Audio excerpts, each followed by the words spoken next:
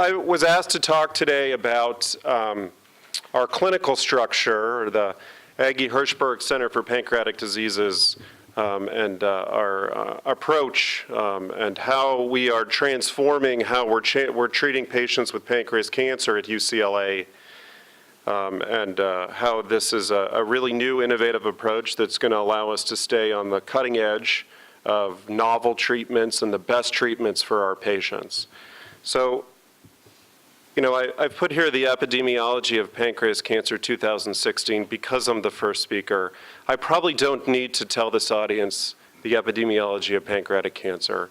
I guess the large public health burden doesn't matter. It matters to each individual in this room. But it has become the #3 cause of cancer-related deaths this year. It was #4, but it's moved to #3. And it's predicted to move even higher to #2. So certainly a large disease burden that we face, a desperate need to flatten this curve and also treat each and every one of you who are suffering from the disease better. One of the ways that it has been proposed to treat pancreas cancer better is to try and regionalize or conglomerate or consolidate the care of patients with pancreas cancer to centers of excellence of pancreatic diseases, like we have at UCLA. And I just wanted to show you some of the data that really started that drive or that push. So this paper was in 2002 in the New England Journal of Medicine, where they looked at hospital volume, so patients treated at a hospital, the number, and the outcome of patients. And you can see here, I don't have a pointer, but on the bottom they define very low, low, medium, high, and very high hospital volume by these numbers of patients treated per year. And then they looked here at how patients did, the adjusted mortality, so the survival rates of patients, I think, in the immediate post-treatment or post-surgical period. And you can see that as the volume of patients per hospital went up, the outcome of the patients was better. They also subsequently looked at this in 2009, not only at the hospital level, but at the surgeon level. So this is from a surgical perspective. And they showed here that as surgeons do more and more of these pancreas surgeries, which are, you know, very complex operations, that the patients also did better. So higher volume hospitals, patients do better. Higher volume surgeons, patients do better. And so there was a large push to try and regionalize care for pancreatic diseases, which had already been in place, but this was, you know, even more reinforced at this point. So with that information was really coincided with, for the most part, the origin of the UCLA Center for Pancreatic Diseases. And it was started in 2006 by Dr. Howard Reber. He was the founding director, who's sitting here, and really transformed pancreas cancer care at UCLA in 2006 to make it more multidisciplinary, more collaborative, more cohesive. And he developed a bona fide multidisciplinary program and organizational structure. The next major time point in the history of the UCLA Center for Pancreatic Diseases was just last year when Agi Hirshberg endowed in perpetuity the center, which was then renamed to acknowledge her support and is now the UCLA Agi Hirshberg Center for Pancreatic Diseases. This is just a picture of some of the clinical experts who are members of the UCLA Center for Pancreatic Diseases. It's a little bit outdated. We're working on updating our website, which is a complex process to go through, but we're doing it. But there are experts from surgery, gastroenterology, medical oncology, pathology, radiation oncology, radiology, and those are just the medical experts. And there are a bunch of other folks who also participated in the UCLA Center for Pancreatic Diseases. What we are doing now is we are changing the multidisciplinary effort in clinic to what is known as a bona fide integrated practice unit, which I'm going to define for you in a minute. And essentially, the bottom line is we're trying to bring everyone even closer together. Physically, mentally, intellectually, and whatnot, to treat patients better. And so the UCLA health system put out a call for project proposals And so with Dr. Hines' urging, I applied for one, and they funded it, which was to transform the pancreas cancer care from what was the existing multidisciplinary clinic to an integrated practice unit. Well, what is an integrated practice unit? It's the future of healthcare, or it's thought to be the future of healthcare. There's this review article from the Harvard Business Review that talked about the strategy that will fix healthcare. Not only the cost of healthcare, but the efficiency, the convenience, the value of healthcare for patients. And one of the tenets of how they said it would be fixed was to reorganize care delivery into what are called integrated practice units.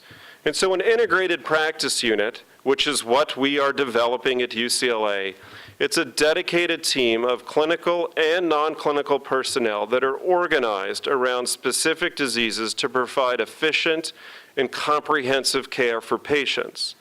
IPU members meet frequently to review outcomes on their own performance, and they must see themselves as a cohesive unit.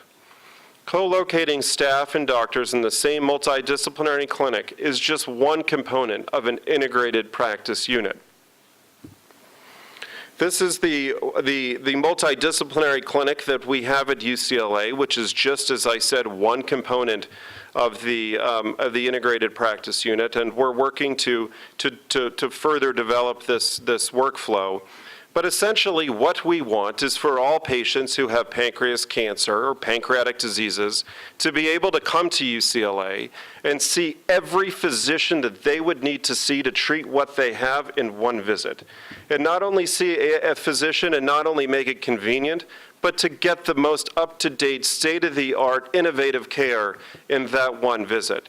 We want to make sure that when patients leave their encounter, that they have a clear, confirmed plan, and that, that there are no open ends or untied strings or whatnot where we need to get better imaging tests.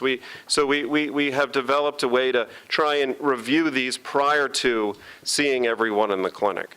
We also have a multidisciplinary conference, which we have had for years, but now we just put it so we all have it right before the clinic. And so all patients who are coming to be treated that day, new patients, returning patients, are discussed at that conference with pathology, cytopathology, you name it, medical oncology, surgical oncology, et cetera, so we can develop that plan in a multidisciplinary with multiple experts present. I listed the providers on the right here that are participating in the multidisciplinary clinic. Right now, we've been able to have pancreas surgery, medical oncology, and gastroenterology have their clinics. We all have our clinic in the exact same place now. So we're physically located together, and we have multiple other experts who we're adding to the list to help treat patients. One of which is Elizabeth Cleary from Integrative Oncology, and her staff is present with us in the clinic, and you're going to hear from her later. So the specific goals of how we're changing the care at UCLA is to work together as a cohesive team, to provide efficient and value-based care for patients, to perform rigorous evaluation of our outcomes to continually try to improve, to expand enrollment in clinical trials. It's one of the points of that conference that we have before the clinic, is for the medical oncologist to make us aware or to suggest that patients with whatever stage disease they have be enrolled in an appropriate clinical trial, and then obviously to increase our volume of patients that we see and treat here. So one of the most important points of this integrated practice unit is for us to evaluate our outcomes and then try to improve the care that we deliver patients. And this is part of, one of the ways to fix healthcare, back to this Harvard Business Review article, where the number 2 was to measure outcomes and costs for every patient. And there it says the team measures outcomes, costs, and processes for each patient using a common measurement platform. So these are just some examples of how we're working on that here to improve at least the surgical care of our patients. The faculty practice group at UCLA, we're working closely with them, which has been spearheaded also by Joe Hines, to look at a number of performance measures that we're trying to improve, like the time from when a patient is first seen in the clinic to when their treatment is done, or the time from when a patient has surgery to when they start chemotherapy. We're trying to narrow that interval as much as we possibly can and not have it extended for any logistical issues and or problems, and to identify problems that we can fix. Another program is the American College of Surgeons NSQIP, National Surgical Quality Improvement Program. The American College of Surgeons has initiated this. We are participating in this program, which is, again, a way to not only evaluate our outcomes internally, but to put them against what is going on nationally at other centers. So there's a pancreas surgery or hepatopancreatic biliary surgery component to NSQIP that we are participating in to see how we're doing as compared to other institutions. And this is just a snapshot of our Whipples, and you can see we're doing really well. We're in the range of error for pretty much all of the benchmarks and measures, except for urinary tract infections, which is something that we're working on right now. But the point of showing you this is just to show you one of the things that we're doing to improve the quality of care of patients who are treated at UCLA. This is one example that I'll also give you too. We're working with the Hospital Quality Improvement Office on this project. Many of you who have had the Whipple surgery know that the main complication that it can occur, or one of the most commons, is that where the pancreas is sewn back to the intestine can leak for a period of time and not be watertight. Many people have tried many different measures to try and minimize or decrease the risk of this happening, which have been unsuccessful. There was a clinical trial done at Memorial Sloan Kettering where they used this paclitaxel drug, which essentially shuts down the pancreas, and it was shown to be positive, one of the first. It was an industry-sponsored trial, and so we have worked with the Hospital Quality Improvement Office, which is funding this to be done at UCLA as a validation site. So it's an unbiased trial, and it's an example of where we are performing state-of-the-art care for patients who undergo pancreatic surgery.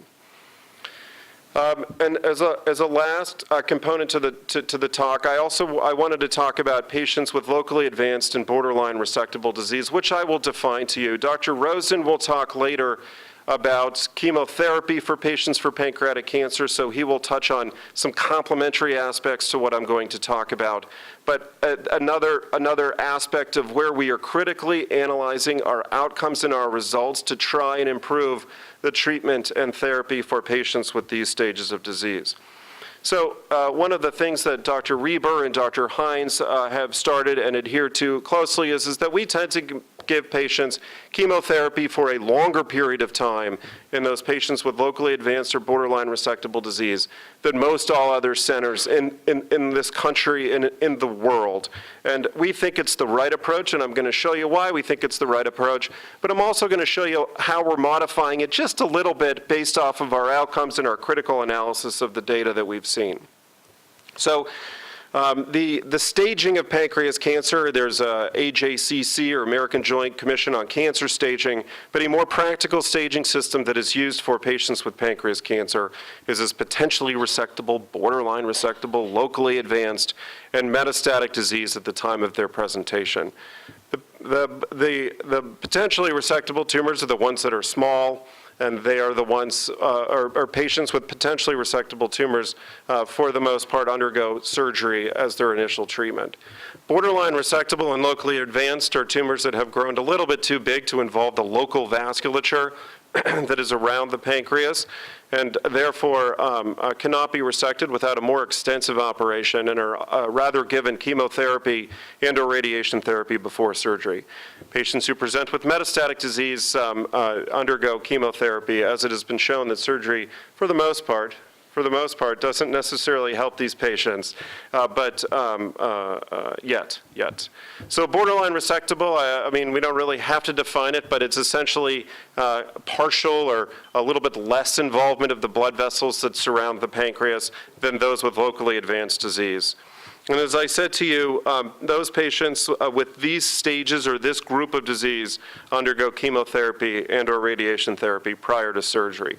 I'm going to talk mostly about tumors that are located in the head of the pancreas, and I'm going to do that because most tumors occur in the head of the pancreas. You can see 60 to 70% of pancreatic cancers occur within the head of the pancreas, and a minority occur within the neck, body, and or tail of the pancreas. So we're going to focus most of our discussion on cancers that are located in the head of the pancreas.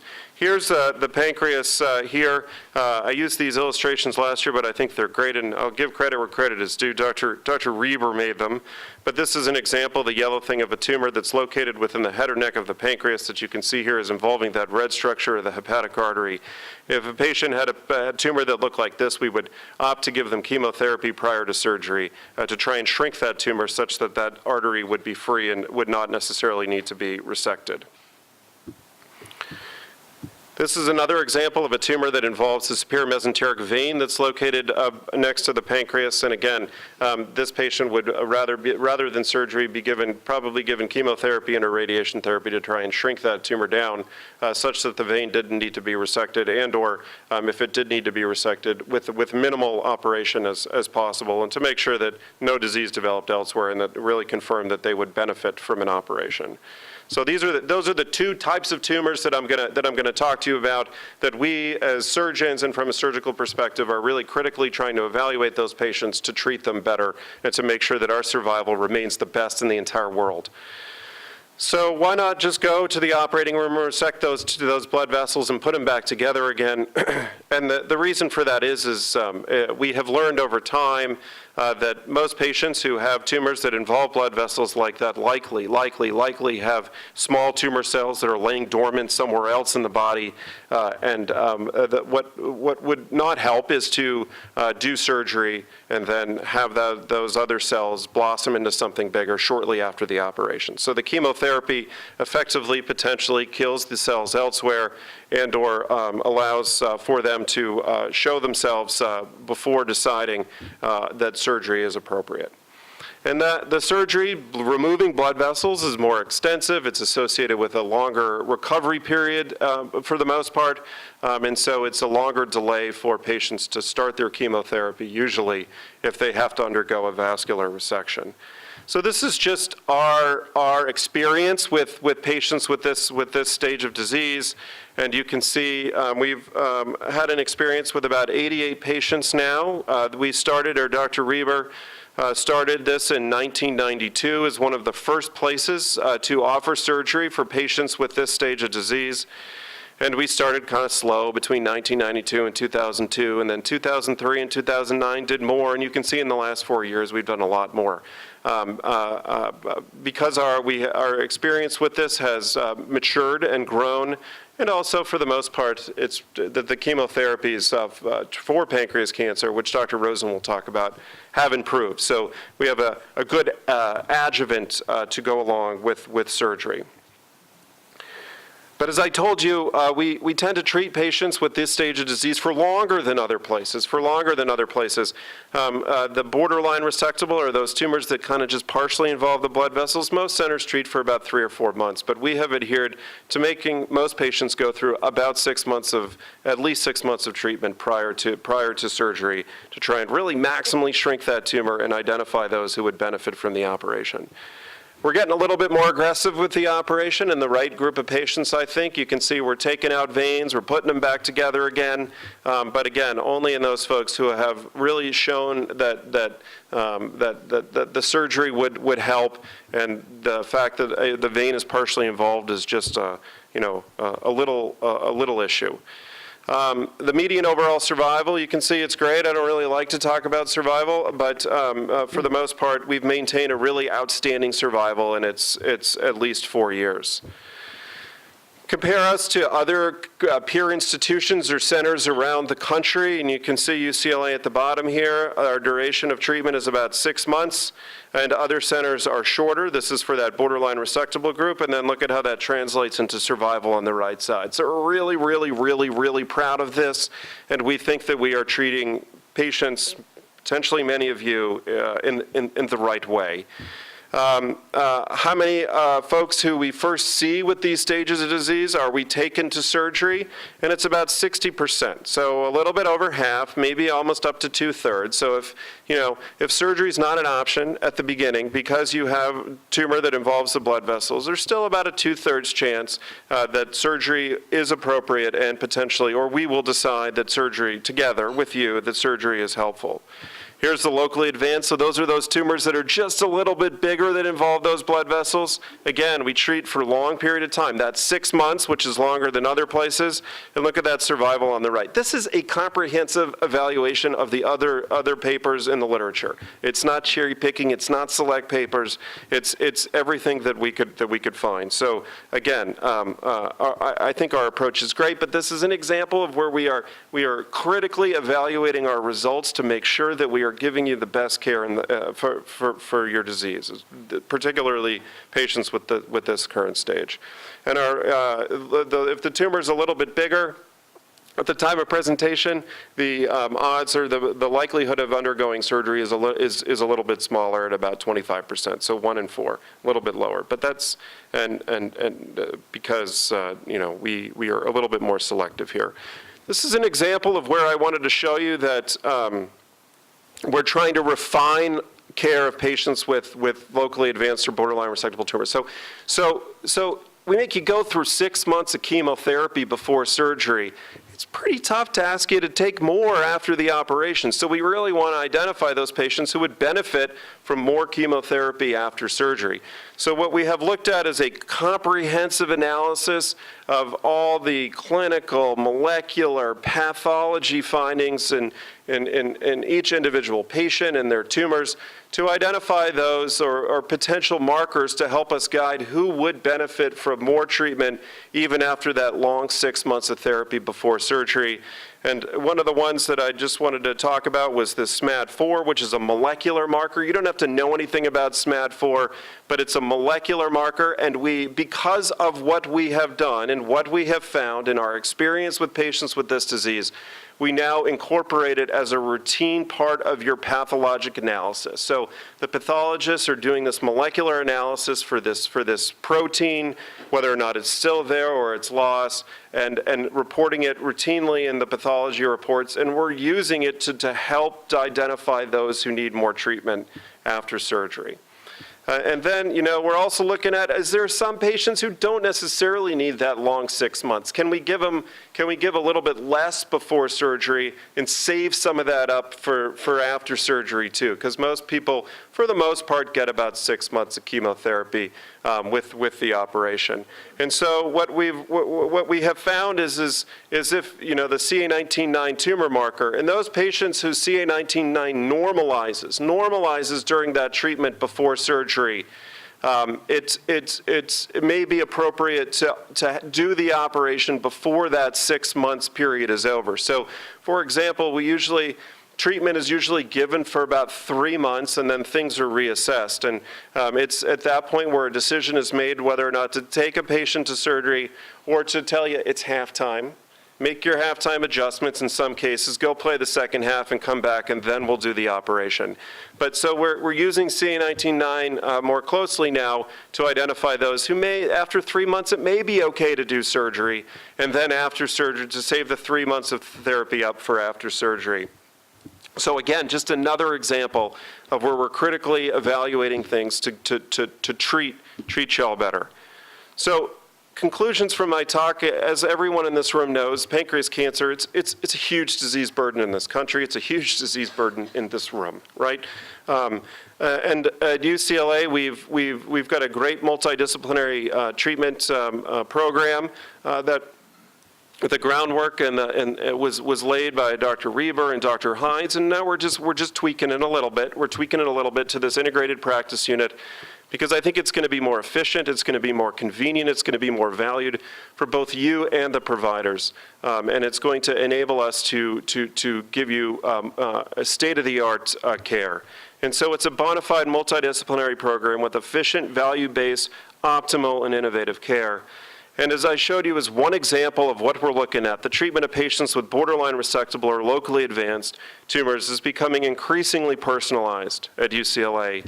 based on our evaluations of the accumulating experience that we're having with these patients, and a treatment, approach that was started in 1992 with Dr. Reber, and now we're modifying it based off of what we're observing and how you're doing. So, I usually like to end on this slide. There's Dr. Go talked about immunotherapy.